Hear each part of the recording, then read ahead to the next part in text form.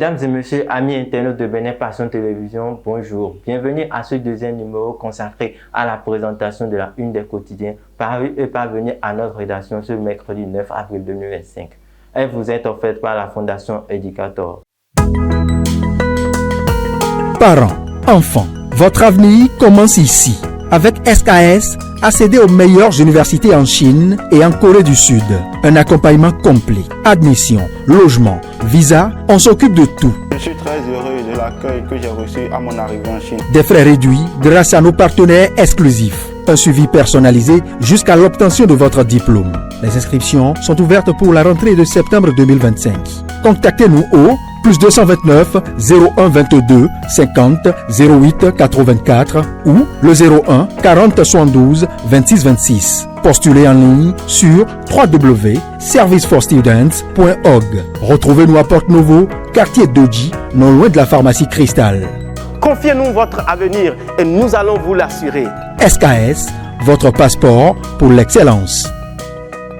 Ainsi, nous démarrons cette présentation du jour par votre quotidien Les 4 vérités qui titre aujourd'hui en manchette première session ordinaire de l'Assemblée nationale au titre de l'année 2025. Vitali Boton dévoile les points inscrits à l'ordre du jour. Une délégation de haut niveau du Parlement africain annoncée à l'ouverture. 3 mois pour examiner 18 dossiers, d'ici le porte-parole du président Vlavono. À retrouver à la page 6 et 7 de votre quotidien. Fête identitaire sans point. Oui, 2025, l'UGS lance les activités à Tokwa Domaine dans la commune de Pomassé. À retrouver à la page 4 de votre quotidien. Déterminé à constater en personne les réalisations concrètes du gouvernement du président Talon, Nicéphore Soglo descend au marché de gros d'Abomey-Calavi. Ça fait vraiment plaisir de découvrir les réalisations de mon pays, dit-il Soglo, annoncé à nouveau à Calavi ce mercredi. Nous passons ensuite à votre quotidien Nord-Sud qui titre aujourd'hui en manchette « Contribution à la gouvernance Talon, Djogbenou salué pour son appui à certaines réformes ». C'est à retrouver à la page 3 de votre quotidien. En oreille droite, vous lirez SGPH 2025, la phase pilote du dénombrement prévu en avril 2025. Humour africain comédie festival annoncé pour décembre à Cotonou, à retrouver à la page 12 de votre quotidien. Nous retrouvons ensuite le matinal qui titre aujourd'hui en manchette « Lutte contre le blanchiment de capitaux au Bénin, la touche du gouvernement Talon ». Abdoul Rafiou Bello, le dispositif a gagné en maturité depuis 2016. 1631 dossiers traités dont 104 transmis à la criette entre 2019 et 2024. 4,9 milliards de fonds CFA d'impôts récupérés en 2024. Lire l'entretien exclusif du président de la CENTIF à la page 3 et 11 de votre quotidien.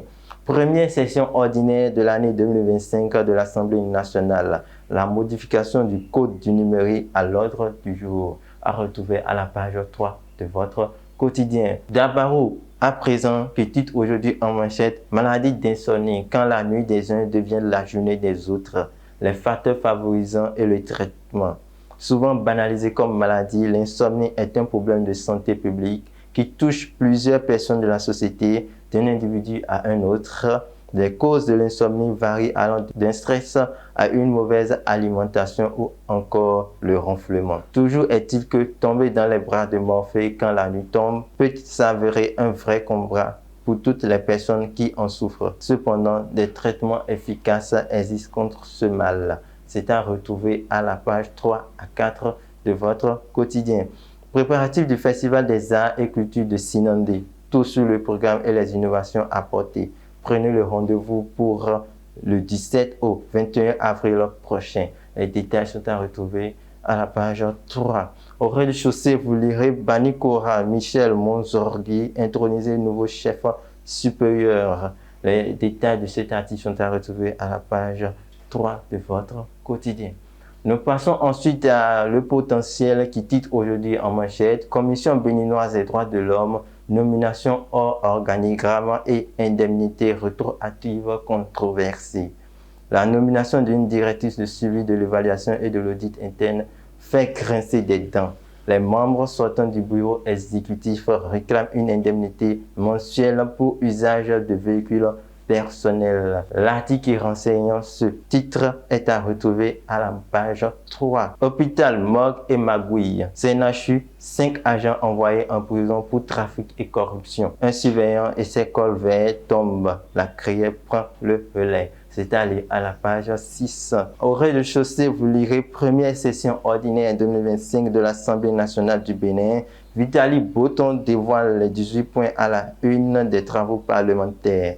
La modification du code du numérique, l'un des points saillants de cette session. Une délégation de haut niveau du Parlement panafricain, conduite par son président, attendue par les députés. La première session extraordinaire en bilan. Vous lirez ensuite Diplomatie Bénin-Slovénie, un nouveau partenariat stratégique scellé. Le Bénin et la Slovénie renforcent leur coopération bilatérale. Le lundi 7 avril 2025, le ministère béninois des Affaires étrangères. Les détails sont à retrouver à la page 2 de votre quotidien. Papacto Média à présent titre aujourd'hui en manchette: après sa demande de Dauphinat au président Talon, Adéfi Daignon astreint à une retraite spirituelle. Les détails sont à lire à la page 3. Vous lirez ensuite fourniture de l'énergie électrique à Cotonou. La SBPE et la SBEE annoncent des perturbations du 8 au 17 avril 2025. Ces détails et les zones concernées sont à lire à la page 2. Escroquerie en ligne, le CNIN alerte sur une nouvelle arnaque immobilière. À retrouver à la page 2. Après son congrès constitutif, le Parti libéral va rencontrer les autres formations politiques. Les détails sont à lire à la page 3 de votre quotidien. Nous retrouvons ensuite l'informateur qui titre aujourd'hui en manchette: Assemblée nationale année 2025.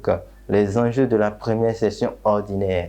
Face à la presse ce mardi 8 avril 2025, le chef cellule de communication de l'Assemblée nationale et porte-parole du président Louis Vlavono a donné le menu de la première session ordinaire qui s'ouvre ce jeudi 10 avril au Parlement. Vitaly Botton a insisté sur les enjeux des travaux entre les honorables députés. Vous lirez ensuite affaire d'Anivor, les contradictions entre Julien Akpaki et les prévenus. Au rez-de-chaussée, vous lirez vie associative dans le milieu traditionnel.